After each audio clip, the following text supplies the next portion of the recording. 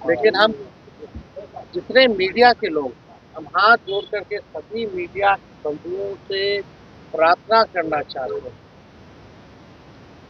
कि भारत सरकार ने जो गाइडलाइन निकाली है उसका आप लोग जो है पालन करें। सत्य जय भीम। मैं हूं पराग महेंद्र, आप देख रहे हैं नेशनल चौपाल। उन तमाम खबरों को लेकर फिर एक बार आपके बीच हाजिर हो चुके हैं जिन खबरों को इस देश का मनुवादी जातिवादी मीडिया आपके साथ साझा नहीं करता। भारत और पाकिस्तान के बीच तनाव का माहौल जारी है। एक तरफ पाकिस्तानी सेनाओं के जरिए लगातार तमाम कोशिश की जा रही कि कैसे भारत को नुकसान पहुंचाया जाए, और इसके साथ साथ भारत के माध्यम से भी पूरी तरीके से मुंहतोड़ जवाब देने का सिलसिला जारी है। लेकिन देश के अंदर तमाम तरह की घटनाएं जो कि रुकने का थमने का नाम नहीं ले रही। आतंकवाद इस देश के सबसे बड़ा मसला, और तमाम देश इस आतंकवाद को जड़ से उखाड़ फेंकना चाहते हैं। लेकिन ऐसे में देश के अंदर रहने वाले मनुवादी जातिवादी किस्म के लोगों का रवैया जिस मुताबिक है, जिसे जातंकवाद कहा जा रहा है, ये भी आतंकवाद के साथ एक बड़ा मसला है जिसको खत्म करना ये समय की अब मांग हो चुकी है। इस मसले को लेकर लगातार प्रतिक्रिया का सिलसिला देखने को मिलता है। आपको बता दें कि आजाद समाज पार्टी के राष्ट्रीय अध्यक्ष चंद्रशेखर आजाद ने एक बड़ी प्रतिक्रिया दी है।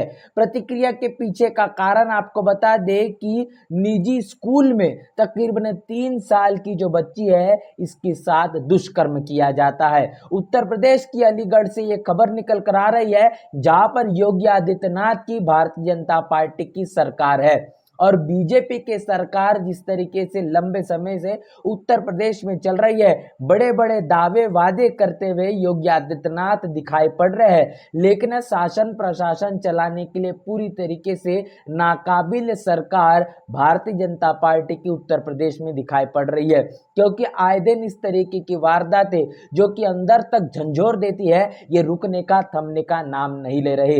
सरकारी स्कूलों तो छोड़िए, अब निजी स्कूलों में भी इस तरीके की अगर वारदातें देखने को मिलेगी, ऐसे मामले देखने को मिलेंगे, तो निश्चित रूप से सवाल तो खड़े होंगे ही। इसके साथ साथ जवाब भी भारतीय जनता पार्टी को योगी आदित्यनाथ इन्हें देना होगा कि इस तरीके से निजी स्कूल में सिर्फ और सिर्फ मात्र 3 साल की बच्ची के साथ दुष्कर्म होता है। आखिर स्कूल प्रशासन क्या कर रहा है, और इस भयानक वारदात को अंजाम देने के लिए जिस शख्स ने ऐसी हरकत की है, आखिर इसके हौसले इतने ज्यादा बुलंद कैसे हो सकते हैं, ये बड़ा सवाल है। और इसी मसले को लेकर आपको बता दें कि चंद्रशेखर आजाद ने अपनी जो प्रतिक्रिया दी है वो आपके साथ रूबरू करते हैं। उत्तर प्रदेश के जिला अलीगढ़ में 6 मई 2025 को सासनी गेट क्षेत्र के एक निजी स्कूल के प्ले ग्रुप में सिर्फ और सिर्फ 3 साल की मासूम बच्ची के साथ हुई दरिंदगी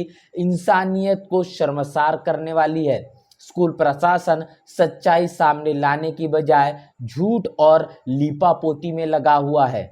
यह सिर्फ एक अपराध नहीं, बल्कि हमारी संवेदनहीन व्यवस्था का आईना है। अभी तक कोई ठोस कार्रवाई नहीं की गई है। उत्तर प्रदेश की कानून व्यवस्था पर यह बड़ा गहरा सवाल खड़ा होता है। उत्तर प्रदेश की सरकार से ये मांग की गई है कि दोषी जो है उस पर तुरंत उसकी गिरफ्तारी होकर उस पर कार्रवाई हो। स्कूल प्रतिबंधक जो इस पूरे तमाम साक्ष्यों को छुपाने के लिए, झूठ बोलने के लिए सहयोग कर रहा है, उन तमाम आपराधिक मामलों को लेकर भी उन पर भी कड़ी कार्रवाई हो। पॉस्को एक्ट के तहत बीएनएस के मुताबिक धाराओं के चलते फास्ट ट्रैक कोर्ट में मुकदमा चले, और पीड़ित परिवार जो है, पीड़िता को सरकारी सुरक्षा प्रदान की जाए और आर्थिक मदद भी हो। और एएफएसएल रिपोर्ट के मुताबिक सीसीटीवी फुटेज को सार्वजनिक किया जाए, जिसके कारण ये बात पता पड़ पाए कि आखिर किस तरीके से इस वारदात को अंजाम दिया गया और इसमें सही मायने में कौन कौन लिप्त है। हम प्रशासन से यहाँ पर 48 घंटे का समय दे रहे हैं, और ये कहा गया है कि यदि 48 घंटों में न्याय नहीं मिलता तो मैं खुद अलीगढ़ आऊंगा। ये बात चंद्रशेखर आजाद इन्होंने खुद साझा की है। तो आप देख पा रहे हैं कि किस तरीके से उत्तर प्रदेश में योगी आदित्यनाथ की जो सरकार चल रही है, गुंडा राज अपने चरम सीमा पर पहुंच चुका है। इस वक्त भारत और पाकिस्तान के बीच जो तनाव का माहौल है, इसको लेकर तेजस्वी यादव आरजेडी के नेता, इन्होंने मीडिया के सामने में अपने दोनों हाथ जोड़कर एक बड़ी अपील कर डाली। क्या कुछ कहा है, आइए आपके साथ रूबरू करते हैं। लेकिन हम जितने मीडिया के लोग, हम हाथ जोड़ करके सभी मीडिया बंधुओं से प्रार्थना करना चाहते हैं कि भारत सरकार ने जो गाइडलाइन निकाली है उसका आप लोग जो है पालन करें। हम लोग पूरा साथ दें, आप लोग भी साथ।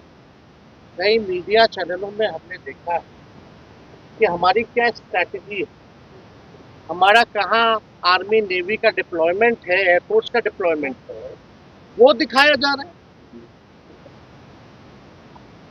ये नहीं दिखाना चाहिए हम लोगों को। जो भारत सरकार केवल व्यूज, कुछ मीडिया है केवल व्यूज पे और स्टूडियो में ही लड़ाई लड़, तो हम तो ये कहेंगे कि भाई बॉम्बे में जो घटना हुई थी, जो टेररिस्ट अटैक हुआ था, लाइव चलाया जा रहा था, अब आया हेलीकॉप्टर, लाइव देख देख करके आतंकवादी जो हैं उस हिसाब से अपना एक्टिविटी बदल रहे थे, तो नुकसान तो देश को हो रहा था। तो इस तरह का काम जो है, क्या स्ट्रैटेजी है, कहाँ डिप्लॉयमेंट है, इस तरह की खबरें जो है नहीं चलानी।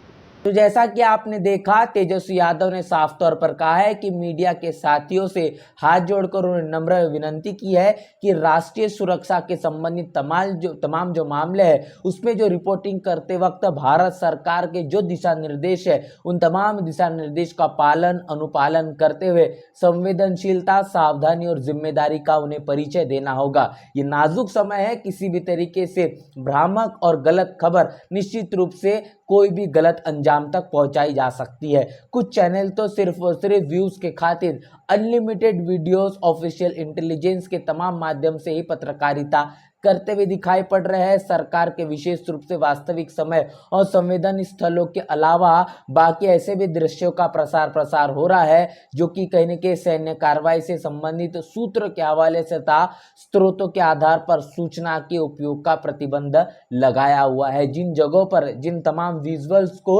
शेयर करने से, साझा करने से रोका गया, उसके बावजूद भी उन तमाम विजुअल्स को जो शेयर किया जा रहा है, तमाम लोगों तक मीडिया के जरिए पहुंचा जा रहा है, निश्चित रूप से ये प्रतिबंधक तौर पर बंधन लगाने के बावजूद भी इस तरीके से ये चीज़ें करना ये गलत है। संवेदन माहौल में मीडिया को अपनी जिम्मेदारी को निभाना होगा और इस जिम्मेदारी के चलते सुरक्षा बलों को अपनी तमाम कार्रवाई को करने के लिए किसी भी तरीके से कठिनाई न हो पाए, इसका भी विशेष रूप से उन्हें ध्यान रखना होगा। ये बड़ी अपील यहाँ पर तेजस्वी यादव इनके जरिए की गई। इसके साथ साथ समाजवादी पार्टी के नेता राष्ट्रीय अध्यक्ष अखिलेश यादव ने एक तस्वीर साझा की है जो पेपर की कटिंग है, जहाँ पर लिखा हुआ है कि ये कैसा जिला अस्पताल है जहाँ पूरी दवाइयाँ नहीं मिल रही।